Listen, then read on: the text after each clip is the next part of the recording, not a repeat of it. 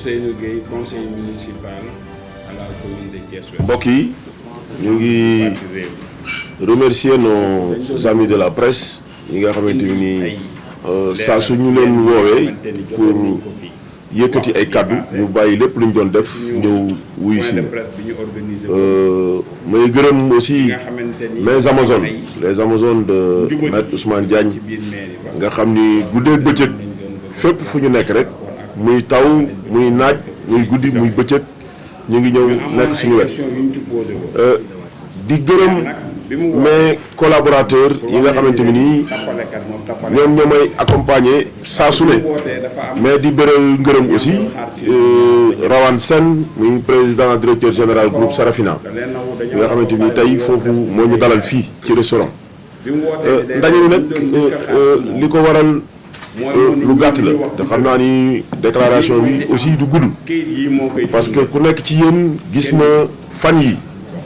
lii animé actualité politique au Sénégal mu nekk une tentative malencontreuse et fallacieuse du régime de Benno Bokk Yaakaar ñu ànd ci ak le parti démocratique sénégalais jóg di def ay manœuvre te manœuvre yëpp li ko wundu du lenn loo lu dul teg ay pexe yoo xamante ni nii dinañu mën a randal élection yi li ci gën a métti nag mooy bërki démb dañu gis ci une télé de la place ci ab émission soxna soosu tudd Nafi Diallo te bokk ci PDS mu génn def déclaration bu graaw a graaw daal ni moom am na ay preuve palpable que ni am na ñaari membre yu conseil constitutionnel de très hauts magistrats yoo xamante ni def nañ carrière de plus de 60 ans mu ni moom yor na ay firnde yoo xamante ni yu wane ni jox nañ leen 3 milliards yoo xam ni dañ leen ko gere pour ñu def lépp ba kale candidature bu Karim Wade nga xam ne moo nekkoon candidat bu PDS wax jooju nag du li ma nekk ci justice moo tax mu metti ma mais li ma nekk sénégalais nekk un patriote nekk un républicain suñu demee ba nit mën a taxawu Sénégal yëkkati kaddu yu mel noonu ni am na ay firnde ni am na ku yëkkati ñetti milliards gere ko les plus hauts magistrats de ce pays là te boobu ba léegi dégguma fenn fu ñëw procureur de la République bu Dakar muy Abdou Karim Diop jéem na ko woonu loolu nekk loo xamante ni mbir mu doy waar la donc ñuy interpeller le procureur de la République de Dakar pour que dans les plus brefs délais mu woolu ndaw soosu bu fekkee ni li muy wax am na ñu ubbi ci information judiciaire bu fekkee ni li muy wax aussi amul ñu ubbi information judiciaire contre moom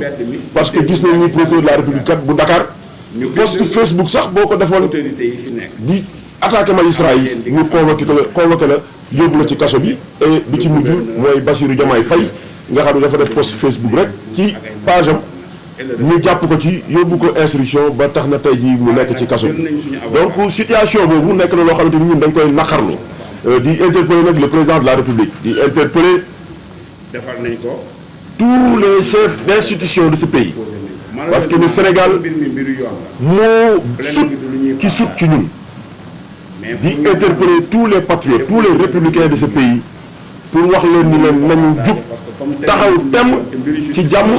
ak ci salaam pour que le 25 février élection yi am ci ni ñu ko bëggee il n'est pas question de report de ces élections loolu moom du ñu ko nangu tey du ñu ko nangu ëllëg te képp koo xam ni taxaw nga temm pour xeex pour que élection yi déroulé wu à date échue kooku dinañ ci ànd ak yow parce que crise bi am actuellement nii jàpp nañ ni mooy gën a graaw sax crise bi amoon ci diggante Senghor ak Mamadou Dia les Sénégalais ne semblent pas s'en rendre compte mais le 25 février bu élection amul ci dëkk bi ça veut dire que il n'y a plus de république au Sénégal il n'y a plus d'état au Sénégal te loolu képp koo xam ni républicain nga un homme d'état nga un patriote nga war nga taxaw ba loolu du am fii ci réew mi ba tax na ñun ak suñu alliés yi nga xamante ni toujours fidèle et loyal à la coalition bi nga xamante ni moom la ñu nekkoon muy la coalition Benno Bokk Yaakaar dañu mës a gëm ni élection mooy la voie démocratique bi war a permettre ñu changer président ñu fal président de la République loolu la ñu gëm te loolu la ñu mës a wax à chaque fois ñu ngi doon laaj dañuy wax ni ñu élection yi kan ngeen jàpp ni moom ngeen di àndal ñu ni leen woon bu ñu demee ba conseil constitutionnel mi nga xamante ni moom moo nekk ci kaw wax ni diw ak diw ak diw ak diw ñoom ñooy bokk ci élection yi bu ñu eggee ci loolu ñun dinañu xool ki nga xam ne jàpp nañu ak moom lañ gën a bokkal gëm-gëm ñu ànd ak ñoom ci élection yi choix bi nag nekkoon na choix boo xamante ni difficile na difficileul parce que dañ ko yàgg wax nous avons un devoir de loyauté envers la coalition Yewwi Askan Wi bi nga xamante ni fale ñu fale mais tey ku ne gis nañu coalition Yewwi Askan Wi aussi conformément aux chartes de la coalition bi waxoon ni bu ñu eggee ci élection ku nekk bëgg a nekk candidat mun nga nekk candidat am na une pluralité de candidats candidats yi nekk ci coalition Yewwi bi yëpp aussi ku ci nekk sol nga sa dàll ñëw seet si ñu waxtaan ak ñun sollicité ñu pour ñu jàppale la ma ciy remercier bu baax la coalition du président Déthié Fall di remercier la coalition du PUR du président Aliou Mamadou Dia nga xam ni def na déplacement ñëw seet si ñu ñoom it ñu joué rôle bu am importance ci coalition bi mais bi ñu waxtaanee ak suñuy xarit suñuy dëkkandoo suñuy ñooñ ak ñi ñu àndal ci politique dañu gis ni la coalition Diomaye 2024 ñoom la ñu jàpp ni suñu ànd ak ñoom jàppale leen battre campagne ak ñoom yàlla mën na def changement yi nga xamante ni nii bëgg nañ ko réew mi ci réew mi bu neexee yàlla defal ñu ko donc incha allah rabbi pour ces élections présidentielles de février 2024 nous devons décider ñun mouvement ALT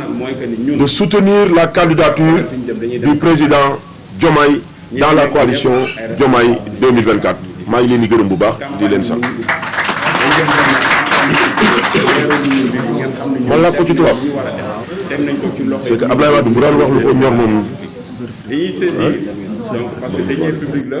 Commencer par remercier tous les organes de presse ici présents, particulièrement la presse en ligne, qui à chaque fois que des besoins et sur invitation viennent répondre présents à nos manifestations. Je voudrais également remercier mes Amazones, les Amazones de Maître Ousmane Diagne, qui jour et nuit, en temps de pluie comme sous le soleil, m'accompagnent un peu partout et dans toutes mes activités. Je voudrais également remercier mes jeunes frères qui m'accompagnent tous les jours. Mon ami Madiba, ma très chère amie et épouse, Sokhna Ami Diaw. Je voudrais également remercier le président directeur général du groupe Sarafina, qui nous accompagne aujourd'hui en nous accueillant dans ce luxueux restaurant. L'invitation d'aujourd'hui a pour objectif principal de faire un peu la lumière de ce qui est en train de se tramer aujourd'hui. Comme vous le savez tous, l'actualité politique au Sénégal est occupée par les manœuvres fallacieuses et subversives du régime de Benno Bokk Yakaar, accompagné en cela par la coalition Wallu avec à sa tête le PDS, qui par des manœuvres sont en train de faire de sorte que les élections du 25 février soient reportées. Ce qui serait une chose extrêmement grave pour un pays comme le Sénégal, qui a la réputation d'être un pays démocratique. C'est pourquoi nous invitons tous les patriotes républicains de ce pays à se tenir debout dans la paix et la sérénité pour faire face à ces fossoyeurs de la République. Nous avons tous suivi avant-hier sur une télévision de la place la députée Nafi Diallo du PDS dire à haute et intelligible voix qu'elle détiendrait des preuves probantes du versement d'un montant de 3 milliards de francs CFA à 2 juges du Conseil constitutionnel.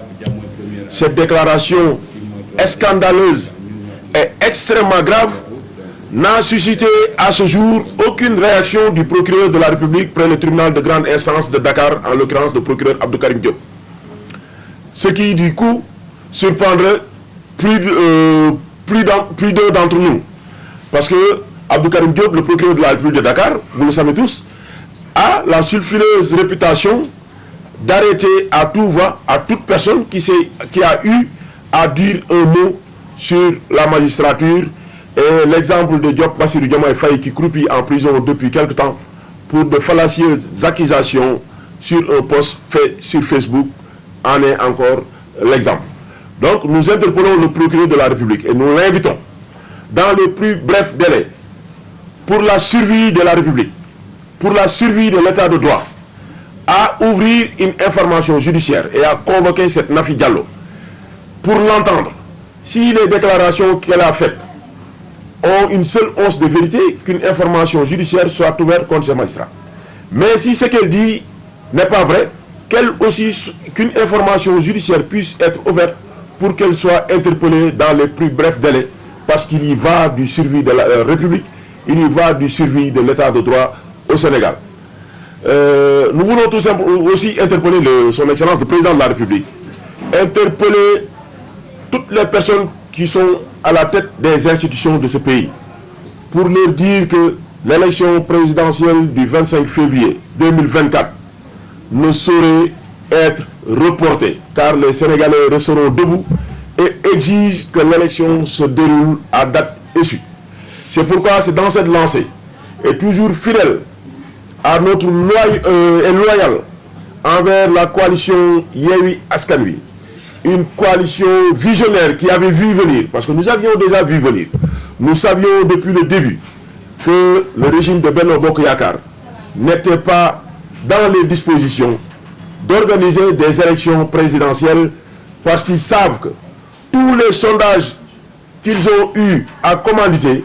tous les sondages donnent leur candidat 4e à l'élection présidentielle. Le candidat de Benno Bokk Yakaar ne se qualifierait même pas pour le second tour de la présidentielle. C'est pourquoi aujourd'hui,